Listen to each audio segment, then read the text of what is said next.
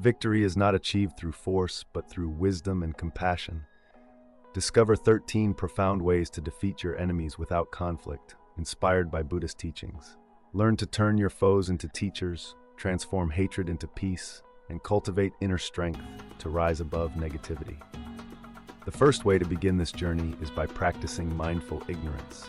In Buddhist practice, mindfulness is about being fully present and aware of what is happening in the moment. However, there are times when, rather than engaging with negativity, we must choose to ignore it mindfully. Think of it like a tree in a storm. No matter how fierce the winds, the tree remains rooted and unmoved. Similarly, when someone directs negativity, insults, or provocations toward us, we have the choice to remain unmoved. Ignoring intentionally doesn't mean being passive or pretending the situation doesn't exist. It means choosing not to react or give energy to the negativity. By not responding, you disarm the power your enemy has over you. Without an audience, their provocations lose meaning. Your inner peace remains intact, and you begin to weaken the influence of your enemy. Next, we must master our emotions. Buddhism places great emphasis on the idea that we cannot control what happens to us, but we can always control how we respond. Anger and resentment arise when we allow ourselves to be controlled by external events or people. But as Buddhists, we are encouraged to look beyond the surface. If someone is causing you harm, remember that their actions often stem from their own suffering. People lash out because they are trapped in their own pain. By recognizing this, we can cultivate compassion even for those who hurt us.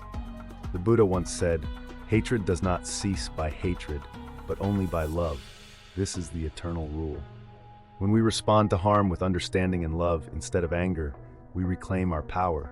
We refuse to let their negativity poison our hearts. This leads us to the next point, turning your enemy into a teacher. In Buddhism, we understand that everyone we meet on our path, including those who challenge us, offers an opportunity for growth. Your enemy may mirror your own weaknesses, insecurities, or fears, reflecting back to you the areas where you still need to develop.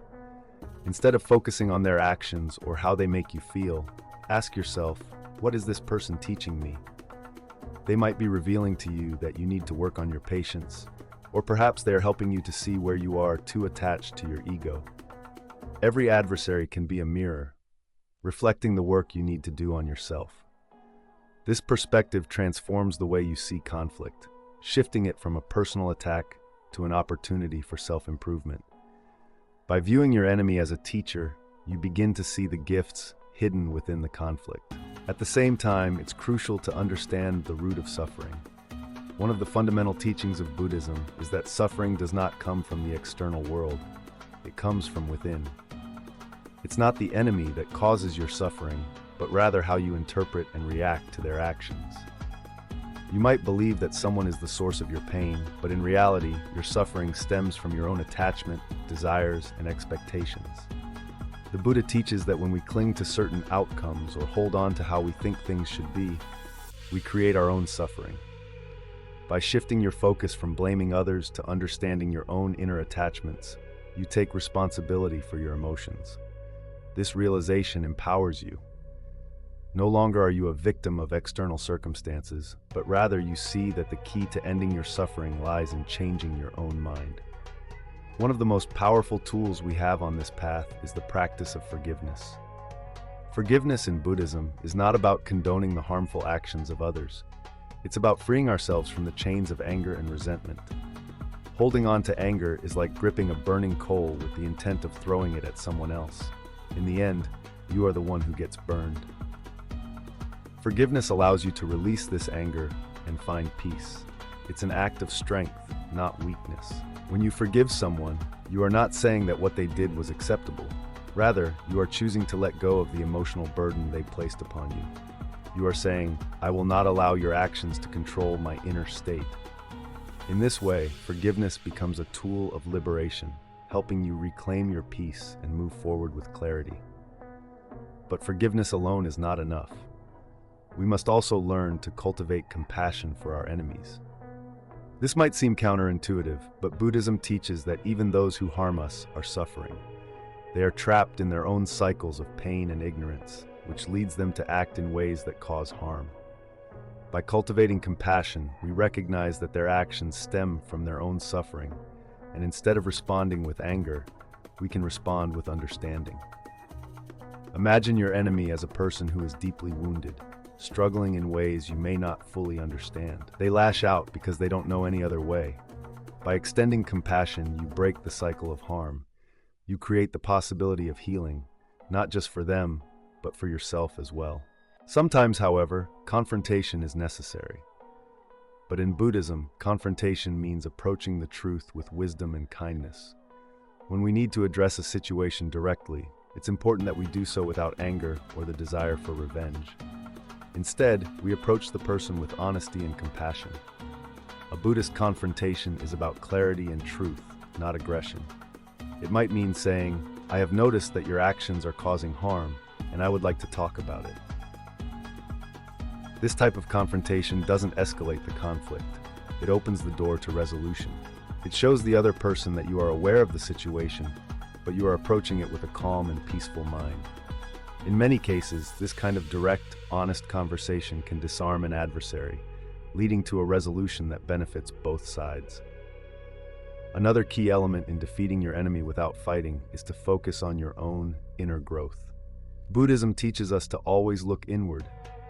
The time and energy we spend focusing on our enemies are better spent focusing on our own self-improvement. Every conflict is an opportunity to ask, how can I become a better person through this experience? Instead of obsessing over how to defeat your enemy, put that energy into cultivating patience, wisdom, and compassion within yourself. When you focus on your growth, you naturally rise above the conflict, and your enemy loses their power over you.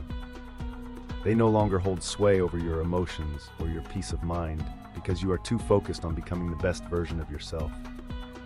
We must also learn to reframe the situation. In Buddhism, the way we perceive the world shapes our reality.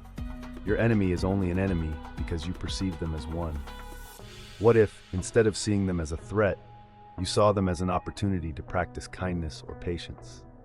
What if you viewed their actions not as attacks, but as challenges that can help you grow stronger? This shift in perception can radically alter your experience.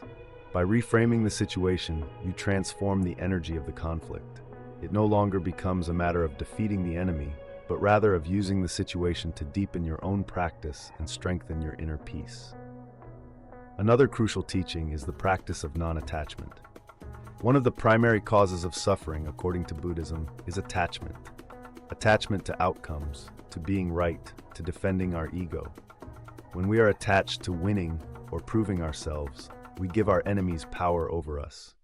But when we let go of attachment, we free ourselves.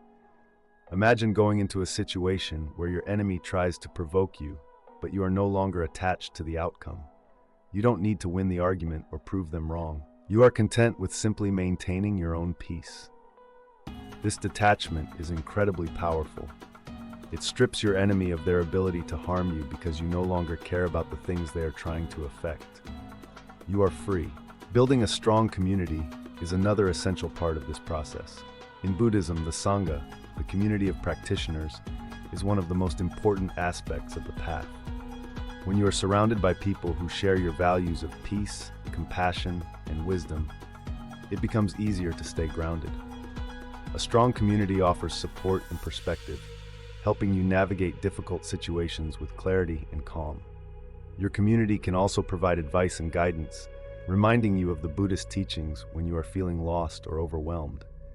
In many ways, your Sangha becomes your shield, protecting you from the negativity that others might try to impose on you. At the same time, we must practice gratitude.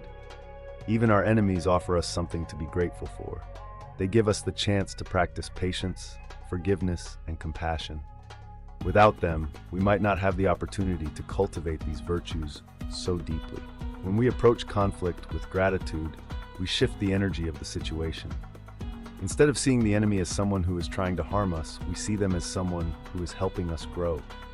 Gratitude opens the door to understanding, and understanding leads to peace. Finally, remember that the control is always yours. No one can control your emotions unless you allow them to. Your enemy only has power over you if you give it to them. The Buddha teaches us that we are our own masters. We choose how we respond to the world around us. When you decide not to let someone else's actions disturb your peace, you take back your power. No matter what happens, you remain in control of your inner state.